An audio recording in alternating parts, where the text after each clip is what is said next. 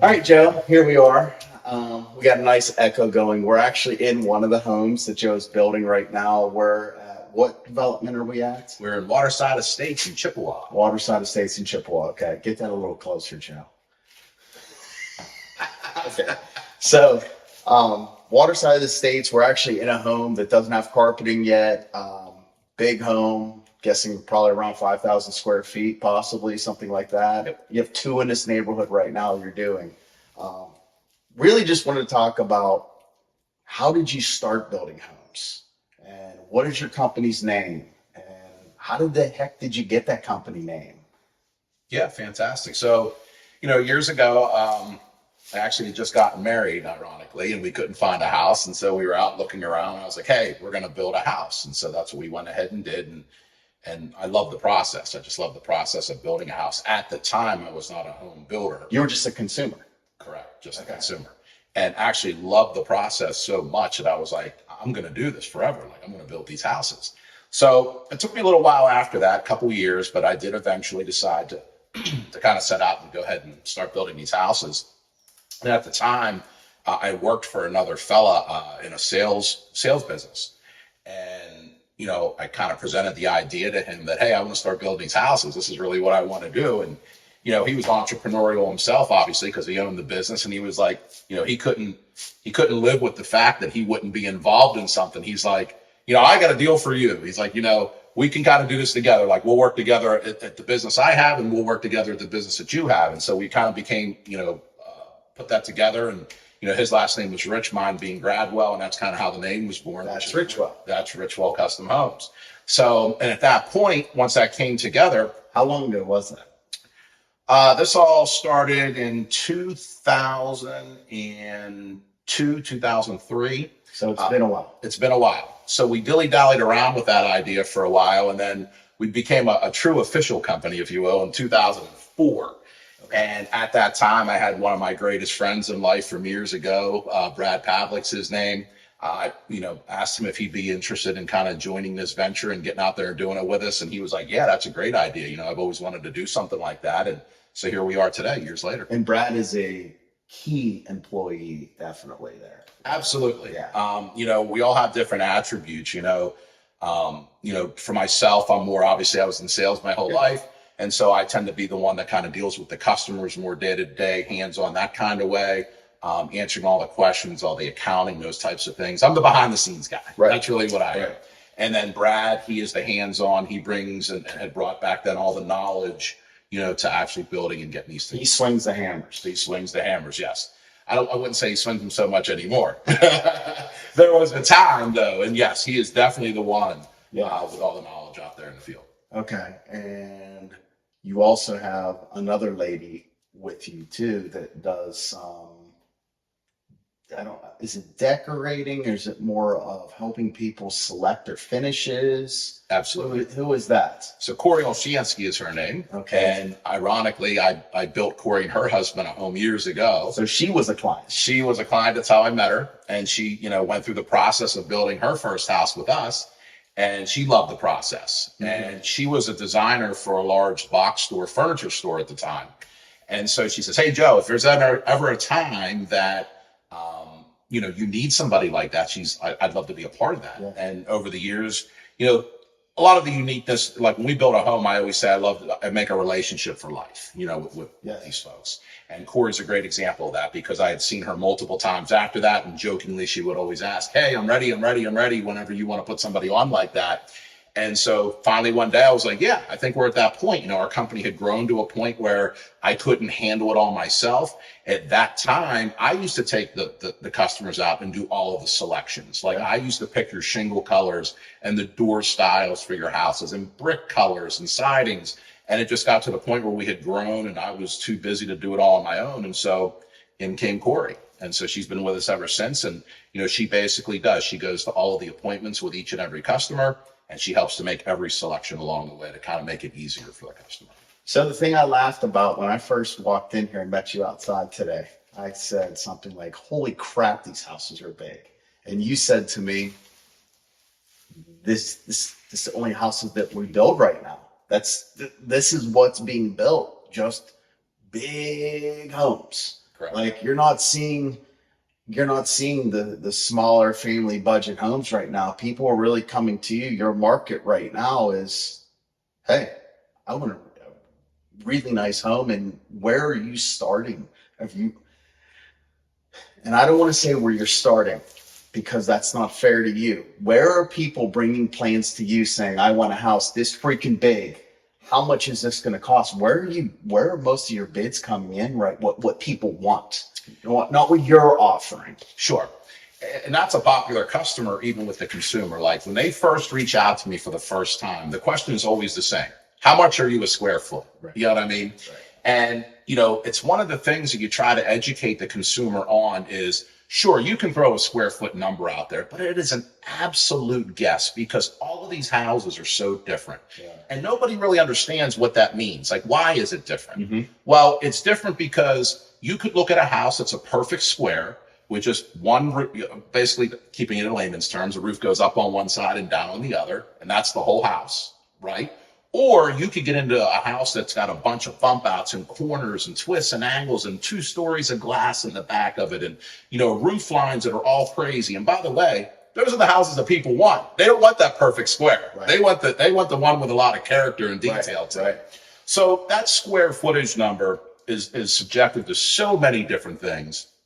But, it's interesting because when I talk to folks, it wasn't all that long ago, let's call it COVID time, when COVID started, that, our median house, new construction, custom homes. So custom homes are a little bit different than a track built home, a Ryan home, let's call it, or a Miranda home. And you call it a track built home because you're limited on the designs that you have? That's correct. So you get to go into those types of builders, and you're looking at a particular home, and they may have 2 or 3 little variations of that home. And there's nothing wrong with those. Nothing at all. Nothing at all. It's just a different product. Correct. Okay. And so in a true custom market, back in COVID time, in a custom home, the median price point was, let's say, $400,000 to $450,000. That's about where you were at. Yeah.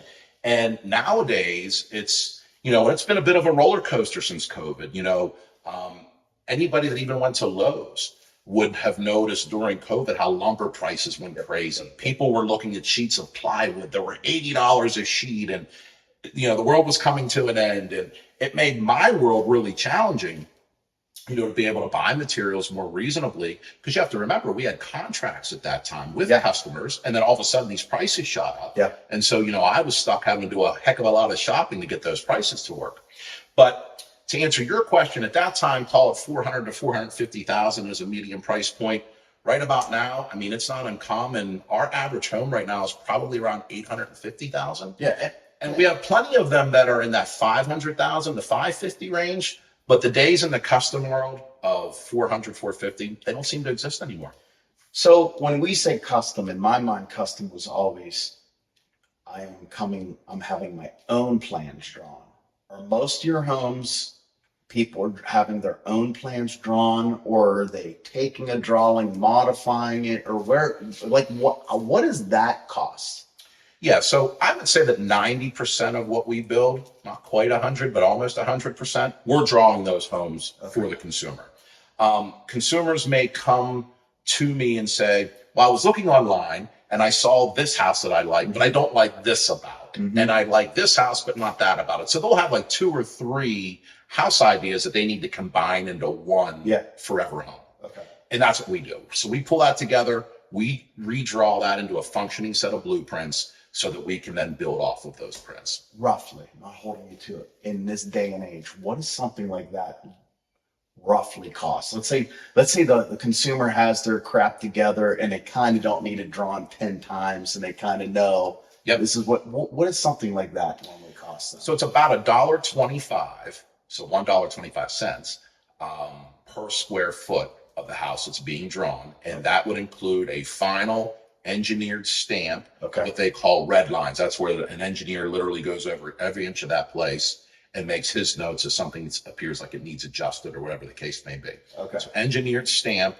about $1.25 per square. About $1.25, and that you should be able to walk into almost any municipality with those engineering drawings and they should be accepted. They would correct? be accepted, correct? Okay, because you guys are very familiar with dealing with these different municipalities, and I know in today's age, most of them are all using the same inspectors. Correct. Yeah. So it's a third-party inspector, MDIA, which is Middle Department Inspection Associates or something like that. And they're actually out of Ohio. They have a location in Cranberry, but they're actually an Ohio-based company. Yep. And they do all the inspections for the municipality, and really, in my opinion, on behalf of the consumer, because it's just one way to make sure that I have everything up to code and everything is safe for them. So are these the same people also going to those tract type homes too and signing off on those also? To my knowledge, yes. Now, I actually, and I don't know this factually, but I had always understood that a lot of tract home builders actually have in-house inspectors that take care of this for them. So they have obtained a license or whatever the case may be. Okay. And that they do that kind of in-house. Okay. I always wondered, like, how much apples and oranges is it fair to compare?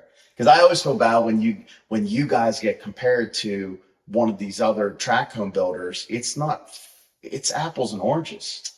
It is. I mean, the way that things are done is a little bit different. The biggest difference, though, is, to me at least, is in a true custom home built home, you're in control as the consumer of everything that you want to do in there. Tract building is a little bit more for speed. So in other words, everything is pre-selected for you and comes as a package, and you're buying that package and they're building that for you. In the custom world, you literally get the opportunity to pick every single thing that goes into the house. And I know building a home, there's more decisions than people realize that they need to make. Let's say that you have a consumer that, and I'm sure you've had a consumer that says, Joe, I'm not good about all the ticky-tacky things. I know you want me to okay them, but will you guys help put something together for somebody that may not be very creative in a way? Absolutely. And by the way, that's where Corey steps in. Okay. So that's where our Corey steps in, is she works hand in hand through every single step of the way with each one of these. So you're not going to let people make something look horrible unless they're hell bent on this is what I want. Absolutely not. And at the same time, whether it's me or Corey, our position is not to steer you into your home. Like, you're the one, we want it to be your vision, not our vision, right? So we will let you take it as far as you, but if something, to your point, if we let you take it the distance, but you pick something that's going to look really goofed up inside of the house, we'll throw our 2 cents in there and say, hey, this may not look the way that you think it's going to. Right, because I think a lot of things too are functionality and people don't realize it. Like, I never even thought about dumb things about locations of switches, things of that nature. I don't think people realize how many decisions they need to make, but at least let it be known there's a safety valve. Hey, I don't need to know everything. Joe and Corey and Brad are going to make sure that, like, I've got to switch in the right place. I've got these things in the right place. That's right. That's right. Yeah, and that comes from experience.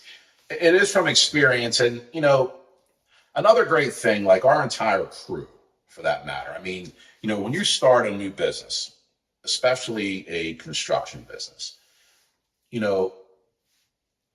everybody has heard over the years the nightmares of a contractor came to my house, they took my money, they never showed up again, right? Yep. You get to hear those types of things. And in the very beginning, I had like this mission to find the world's best craftsmen to do the work for us, you know what I mean? And to work with us. And, I went through a period, it's kind of comical when you think about it, but, you wanted to make sure that somebody didn't drink so much that they didn't show up to work the next day. And you wanted to make sure, like, all right, so to shorten this story a little bit, I always had this big thing where I wanted folks that were married, so they had to have a family that they were out there and they needed to work for and show up to work every single day. And, they didn't have habits that would keep them from coming to work the next day. So one of the biggest compliments that we get is just in our crew in general. You know what I mean? They are the consumer feels comfortable with them. They're comfortable asking them questions. If the consumer happens to come to the home that day to take a little walk around, they're comfortable talking to everyone there. Right. They answer their questions for them. You know what I mean? So it works out really, really well. You're basically saying, hey, I vet the people that come and work for me to a certain degree. Absolutely. And, if I don't like them, why would I think you like them? I'm trying to think of what the newest person, or persons, I should say, that work for us have only been with us about 9 or 10 years. Okay. So that's my newest persons that have worked with us. So, Okay. The vetting process worked out well over the years. Right. We've got the right people in place, right. and it brings consistency to our product. Right. And I was giggling at first when you're talking about the box homes. Okay. Yeah. Because if I remember, the first homes that you built were that box home that maximized the most space that you could. It would have been and I remember those two homes, though I remember two of them for sure that I remember you built. Yep. And I mean, and those ones, you put young families in those homes at first, but it's just funny to see that how your customer has evolved over time also. It has. And there's a lot of reasons, by the way, for those old boxy homes that we've built. So I'm going to ask you all to think back in time here. But if we really started Richwell Custom Homes in 2004 and we were really getting the wheels on there and getting things going, well, what did we get smacked in the face with almost instantly was the 2008 crash. That's right. Right? Right. So what I learned real quickly was, the market dried up. Nobody was wanting to build houses then. Right. And, that 2008 crash hurt a lot of builders that were out there, right? They were overexposed. They were in trouble. And we weathered that storm. And the way that we did it was there were no consumers popping out of the woodwork at that time to build houses. So we were building what you call spec homes, which is a model home, basically. Yes. And we were building homes that were as affordable as we could get them to be by building a square box. That's right. And we were building those homes, and we knew when we were building them that we might sit on them for a minute because the market was a little bit shaky. Yep. And so, but that was okay. And we worked through that. And as the market came back around over the next several years, people would come in and look at those model homes and say, look, we love your work and what you're doing here, but we'd like to build this kind of a home. And when I started to see that happen, that's when I knew the market was coming back again and people were ready to invest in homes again. And so at that time, we came up with, we were building, and you may remember this, Greg, for our area, I fell in love with a style basically called a craftsman style home. And I also fell in love with the idea that I had seen somewhere in the South of these black windows that people were putting inside of houses. And I had never seen either of these two things in our area, at least not on a consistent basis. Mm-hmm. And I believe that's what gave us our success over the years and really grew us in the beginning was we brought a new style of home that, sure, craftsman style homes have existed 50 years ago they were built, you know what I mean? Right. But this new model with these black windows. And as I would build houses, people would be pulling over on the side of the road saying, oh my goodness, that looks fantastic together. It looks different. It looks different. And so, we that was our style in the beginning, and it really helped us to grow as we went. So yeah, I mean, I think I like to think of a lot of your building has evolved with what people have asked you to build also. And that's what's put you into where you are right now. I don't think that you necessarily you've just been trying to give people what they've been asking for to a certain degree. Correct. And trying to be realistic on what can make money and what can't make money. Correct. So if someone was to come to you, they wanted to build a house, they don't know where the hell they want to build it. They don't have land, they don't have anything. Can they start with you at that point, or do they need to come to you with something already? Are you able to set someone up from the get-go? Sure, absolutely. And fortunately, we have real estate licenses within our organization that we can help somebody to find land. And, normally in Beaver County, especially, everybody seems to know a real estate agent anyway. So finding the land is, or the ability to find the land is there. Sometimes finding the perfect lot is a little bit of a challenge and may take a little bit of time. You still own any lots right now? We do. Okay. I always keep a couple just in case somebody's looking for one. Most people, though, believe it or not, already have their land when they reach out to us. But we can facilitate that if need be. The thing about land, so if you want to talk about what the most surprising thing is, or expenses to the consumer. Yeah, that's what we want to hear. Everybody wants to own land. In other words, not a lot in a subdivision, but everybody wants to own land, whether that's 2 acres, 10 acres, or 100 acres. Everybody wants to own land. The number one thing that nobody realizes, and this happens a lot with younger folks, right? Mm-hmm. They've got their whole life ahead of them. They've got kids. They want to have horses and cows and pigs and a bunch of pets. And so, they find this piece of land, or they inherit it from Grandma Jenny or whatever it may be, and they get this beautiful piece of land, right? But the problem is they never seem to want to set their house anywhere close to the road. They want to set it 1,000 feet back off of the road. Well, what does that mean? Well, it means that you've got to run a 1,000-foot driveway. It means that if you have public utility out at the road, so in other words, your water is out there and your sewage is out there and your gas is out there, you have to run 1,000-foot lines to get out there. And these expenses can get massive. And, sometimes folks try to offset those expenses by maybe using, instead of running a sewer line, they'll put in a sand mound, let's say. Or on-lot septic. Right. Okay. But that's a $25,000 expense right off the rip. Now, we're not even talking houses yet. Right. We're talking about. So we're talking about not necessarily homes in regular plans with small. We're talking, and that's why I'm saying, yeah, you're right. You can't compare everything to all new construction. Isn't equal. Correct. It is not. And it can get out of hand. I mean, when you're running those logs, when you're running those distances off of the road to get back there, one of the biggest hurdles is your power company. Yeah. You may need to set additional poles on your own property to get the wire there. Of course, you can go underground too, but that's even more expensive. Right. And a lot of times you've got to pay for a new transformer. We just did a project in Brighton Township, and before they even got started, they had $11,000. And I believe we were about 200 feet off the road, but they had to get transformers set and poles. I mean, it was an $11,000 expense before we even talk about houses. Right. You know what I mean? That was just power. You know what I mean? And then we had to run that gas and water and everything. So that's why it's important for someone that maybe has land. You need to go look at it. You need to say, hey, where are we putting this home? Before you even start with, because the house price is one thing, but utilities there are another. A driveway is another. I mean, correct. Landscaping's another. I mean, you got it all. There are builders out there, and I understand why they do it. I learned this quickly, is there are builders out there that say, hey, we built a house, you're responsible for your own utilities, and you have to get them back to the house site and so forth. And, I learned very quickly why they did that. It's not because they don't want to do the work. It's because they don't want to shell shock the consumer with the price. But that's what happens. Because these utilities. Because they'll say, hey, I went to Joe and he told me it's $1 gazillion to do this, but they're not telling them what you need to do to even get a power line back there. Correct. That's it.